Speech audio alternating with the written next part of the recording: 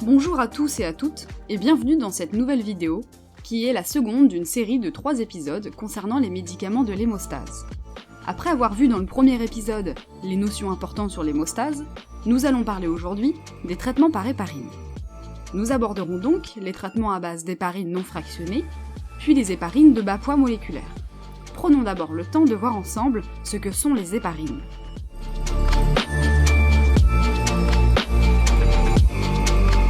Premièrement, qu'est-ce que l'héparine ? Les héparines sont des substances naturelles faites de polysaccharides qui sont apparentés au sucre. Leur activité biologique se base sur la liaison à l'antithrombine 3, qui est un facteur anticoagulant. Pour mieux comprendre l'action de ce facteur, reprenons le schéma de la cascade d'activation protéique. En effet, lorsqu'une brèche est détectée, la cascade d'activation protéique se met en place pour permettre la formation de fibrines. Toutefois, l'antithrombine 3 est un facteur anticoagulant et va inhiber l'action des facteurs 2A et 10A. En effet, lorsque l'antithrombine est en présence d'héparine, son activité est multipliée par 1000 et inhibe l'activation du facteur 2, c'est-à-dire la prothrombine. Ainsi, celle-ci ne peut pas se transformer en thrombine et déclencher la formation de fibrines à partir du fibrinogène. En ce qui concerne les indications, les traitements par héparine peuvent être aussi bien utilisés dans un but préventif que curatif. Lors d'un traitement préventif, elles sont indiquées pour la prévention des maladies thromboemboliques veineuses et artérielles. Elles peuvent aussi être utilisées pour la prévention de la coagulation lors d'une hémodialyse. Dans le cas d'une utilisation curative, les héparines sont principalement utilisées pour le traitement des thromboses veineuses profondes, les embolies pulmonaires et les thromboses artérielles. Les héparines sont souvent utilisées en attendant de pouvoir mettre en place des anticoagulants oraux, tels que les AVK, appelés également antivitamine K, dont on parlera dans le dernier épisode. Ainsi, on distingue deux types d'héparines selon leur poids moléculaire. Il existe donc les héparines non fractionnées, aussi dites HNF, et les héparines de bas poids moléculaire, abrégées par le sigle HBPM. Nous allons aborder ensemble ces deux classes plus en détail. Commençons par les héparines non fractionnées.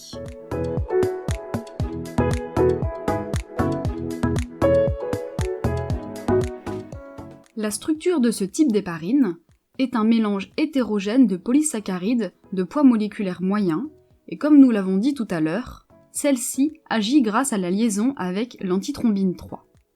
En ce qui concerne la pharmacocinétique de l'héparine non fractionnée, celle-ci est non linéaire, d'où la grande variabilité de la relation dose-effet qu'elle a sur les patients. Ce type d'héparine étant inactivé au niveau du tractus digestif, il est obligatoire de passer par la voie parentérale pour l'administrer, comme par exemple la voie intraveineuse ou sous-cutanée. Les posologies des héparines non fractionnées dépendent principalement de la voie d'administration.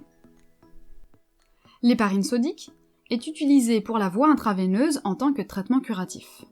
La posologie usuelle pour un adulte est de 50 à 100 unités internationales par kilogramme en bolus et suivie d'une perfusion continue à la seringue électrique de 400 à 600 unités internationales par kilogramme et par jour.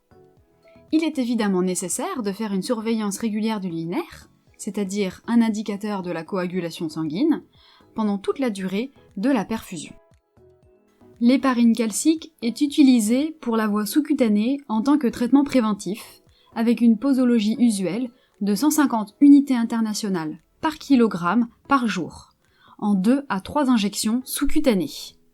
Elle est également utilisée en traitement curatif, avec une posologie usuelle de 500 unités internationales par kilogramme par jour, en 2 à 3 injections sous-cutanées. En cas d'injection sous-cutanée, il est nécessaire d'avoir un angle de 45 degrés avec son aiguille et de ne pas frotter après l'administration du produit. Passons maintenant aux héparines de bas poids moléculaire.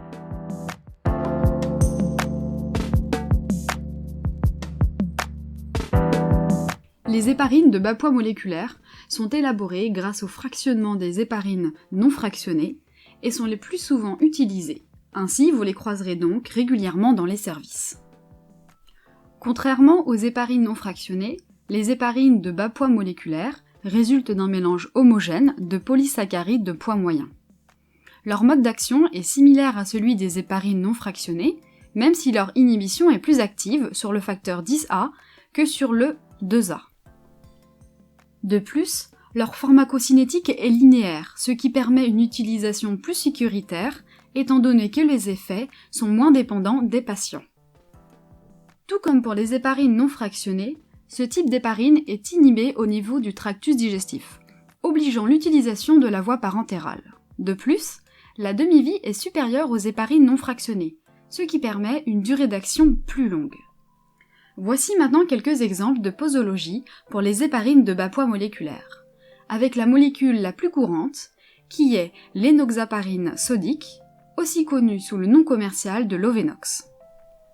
Pour le traitement préventif, la posologie de référence est de 4000 unités internationales par jour en injection. Pour le traitement curatif, pour sa part, il est de 100 unités internationales par kilogramme 2 fois par jour en sous-cutané. Pour conclure sur les héparines à bas poids moléculaire, retenez qu'elles sont souvent préférées aux héparines non fractionnées, grâce à leur sécurité d'utilisation, leur action prolongée, leur simplicité d'emploi et leur efficacité supérieure dans le cadre de la prévention des embolies pulmonaires.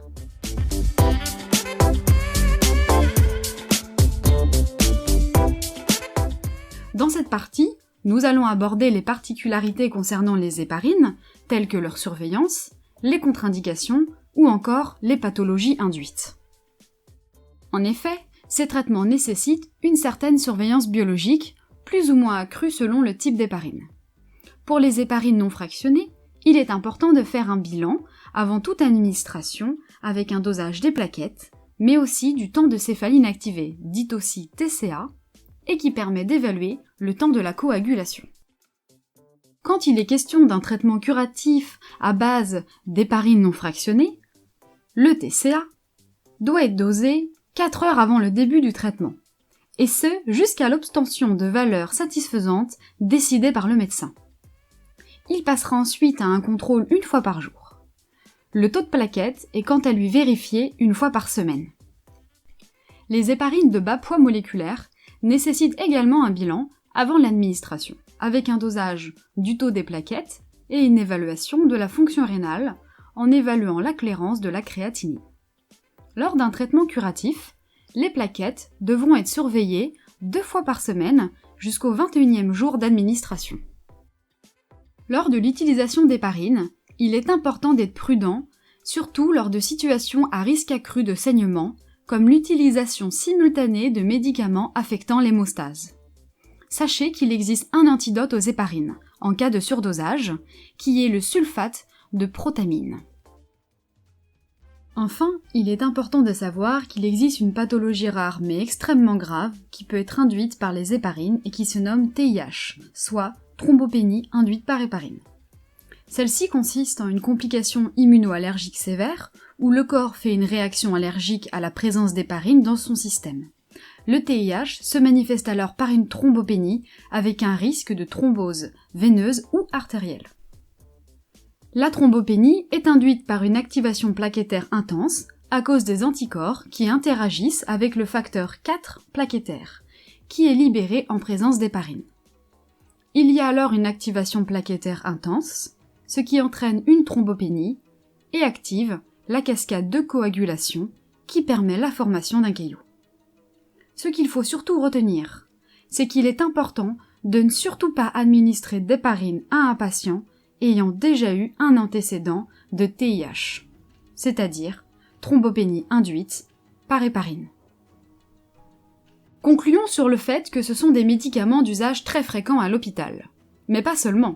L'utilisation sous-cutanée permet une bonne utilisation à domicile par exemple. Cependant, leur usage nécessite une surveillance intense à cause du risque de complications potentiellement graves.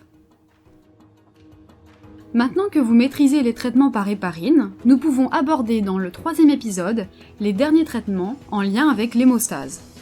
Il vous sera donc expliqué plus en détail ce que sont les antivitamines K, et les anti-agrégants plaquettaires.